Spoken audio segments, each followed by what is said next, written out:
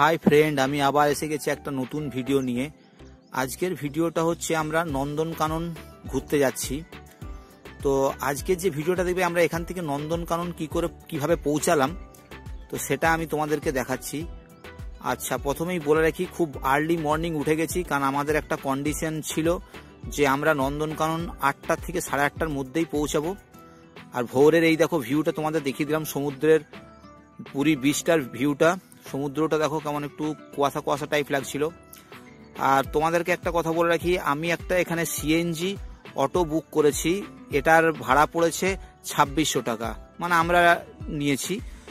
আর কাল রাতেই আমি গাড়ি বুক করতে গেছিলাম, তো আমার যে কন্ডিশন ছিল সেই কন্ডিশন অনুযায়ী কোনো গাড়িওয়ালাই যেতে চাইলো না।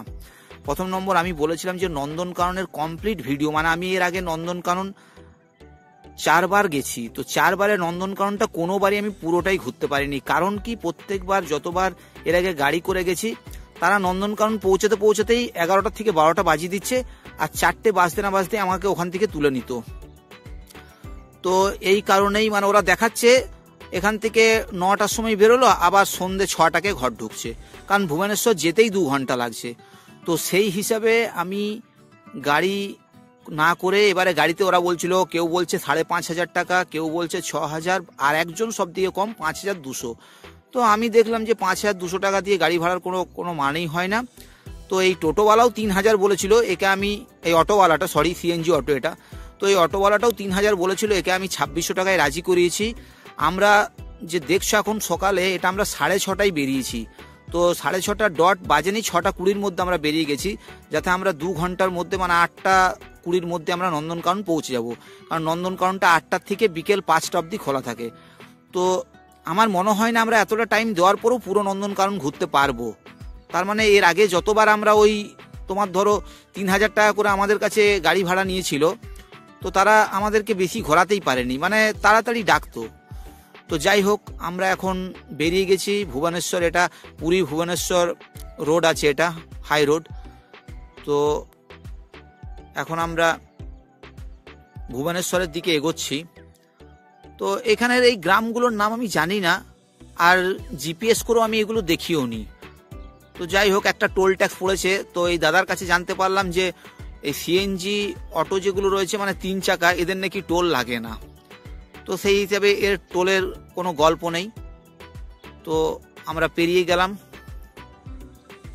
এখান থেকে আমাদের যে পুরীতে যে মানে হোটেলটাতে রয়েছি, সেখান থেকে আমাদের ভুবনেশ্বরের নন্দনকানন 74 কিলোমিটার দেখাচ্ছিল। তো অলমোস্ট ধরো 2 ঘন্টাই লাগবে আর কি, সে কারই হোক আর তোমার এই সিএনজি অটোই হোক। তো মেন যে রাস্তাটা, সেটা এখান থেকে তো তাড়াতাড়ি আমরা চলে যাব, কিন্তু ভুবনেশ্বরে টাউনের ওপর দিয়ে যেতে হবে, কারণ ভুবনেশ্বর থেকেও আবার 14 কিলোমিটার আউটার ভুবনেশ্বর। তো এই দেখো, এখানে আমরা এখন আবার একটা 4 লেনের রোড পেয়ে গেলাম। নিচের দিকেও যে রাস্তাটা বাঁ সাইডে দেখলে, ওটাও ভুবনেশ্বর টাউন যাচ্ছে, আর এটাও ভুবনেশ্বর টাউনের ওপর দিয়ে যাবে। তো এখানে এইরকম কোনো অপশন নেই যে ভুবনেশ্বরকে বাইপাস করে দিয়ে আমরা নন্দনকানন যাব, ভুবনেশ্বরের ওপর দিয়ে যেতে হবে। তো আমরা এখন ভুবনেশ্বর টাউনের ওপর উঠে গেছি। এগিয়ে আমার বাঁ সাইডে যেগুলো দেখছিলে, এগুলো সব এখানের অ্যাডমিনিস্ট্রেটিভ বিল্ডিং, বেশিরভাগই গভর্নমেন্টের বিল্ডিংগুলো দেখতে পাচ্ছিলাম আমি। লাইব্রেরি রয়েছে বাঁ সাইডে, তারপরে ডিএম বাংলো, যেটা মহকুমা শাসক থাকে, এরা এইসব বাংলো টাংলোগুলো এখানে দেখতে পাচ্ছি। আর কলেজও রয়েছে, অডিটোরিয়াম রয়েছে, এটা তো একটা স্পোর্টস কমপ্লেক্স। তো ভুবনেশ্বর শহরটা আমি দেখলাম আমাদের যেমন এমনি দুর্গাপুর আসানসোলে রাস্তায় রাস্তায় নোংরা দেখা যায়, তারপরে পিচ উঠে আছে, এখানে এইসবের কোনো গল্পই নেই। এমনকি দেখো রাস্তাটা সাইডগুলোতেও, যেখানে ওই ডোরাকাটা দাগগুলো রয়েছে, ওগুলোতেও পর্যন্ত একটু ময়লা জমে নেই। আর এটা ভুবনেশ্বরের সিটি বাস সার্ভিস, এটা ব্যাটারি চালিত, মানে ইলেকট্রিক বাস আছে আর কি। তো এই দেখো, এই যেমন আমাদের কলকাতাতে চলে, তেমনি এই যে ভুবনেশ্বর ট্রান্সপোর্ট রয়েছে, ভুবনেশ্বরের নিজস্ব স্টেট ট্রান্সপোর্ট। তো আমরা অলমোস্ট নন্দনকাননের কাছাকাছি পৌঁছে গেছি, এখান থেকে আর বেশি দূর নেই, ওই এই দেখো দেখতে পাচ্ছ আমরা নন্দনকানন এই দেখো চলে এসেছি। তো এইবারে অটোটাকে বললাম যে তুমি ওখানে থাকো, আর আমরা 8:10 মধ্যে এখানে পৌঁছে গেছি। তো যাই হোক, এখন কিছু একটা খাবো। তো খাবার খেয়ে পরে আমরা নন্দনকানন ঢুকবো, কারণ প্রথমে অনেকটা ঘুরে নেবো, তারপর ওদের ভিতরের যে রেস্টুরেন্টগুলো রয়েছে সেইগুলোতেই আমরা খাওয়া দাওয়া করবো। তো এখন টিফিনটা করে নেবো। আর এই দেখো নন্দনকাননের সেই ভিউ। আমার এই নিয়ে 5ম বার হবে, মানে নন্দনকানন আসা, আর পুরী 6 বার হলো। তো টিকিট কেটে নিলাম, আগে টিকিটটা কেটে রেখে দিচ্ছি আর তারপরেই টিফিনটা করব। তো টিকিট আমাদের 50 টাকা করে পার হেড পড়ছে, 150 টাকা টিকিট। এখানে শুধু ভিতরে জন্তু জানোয়ারগুলো দেখবার জন্য, তারপর সাফারির আলাদা টাকা লাগে, সেগুলো আলাদা টাকা লাগবে। আর কোনো গাড়ি যদি ভিতরে ব্যাটারি চালিত গাড়ি নিতে চাই তার জন্য আলাদা টাকা লাগবে। তো এখন আমরা চলে এলাম, একটা এই ধাবা টাইপ রয়েছে নন্দনকাননের বাইরেই। তো এখানে আমরা পুরি আর ঘুগনি খাওয়ার প্ল্যান করছি। তো সকালে একদম কিছু না খেয়েই বেরিয়েছি, শুধু বিস্কুট খেয়েছিলাম। আর বুঝতেই পারছো 6টার সময় ডট 6টায় রুম থেকে বেরিয়ে গেছি।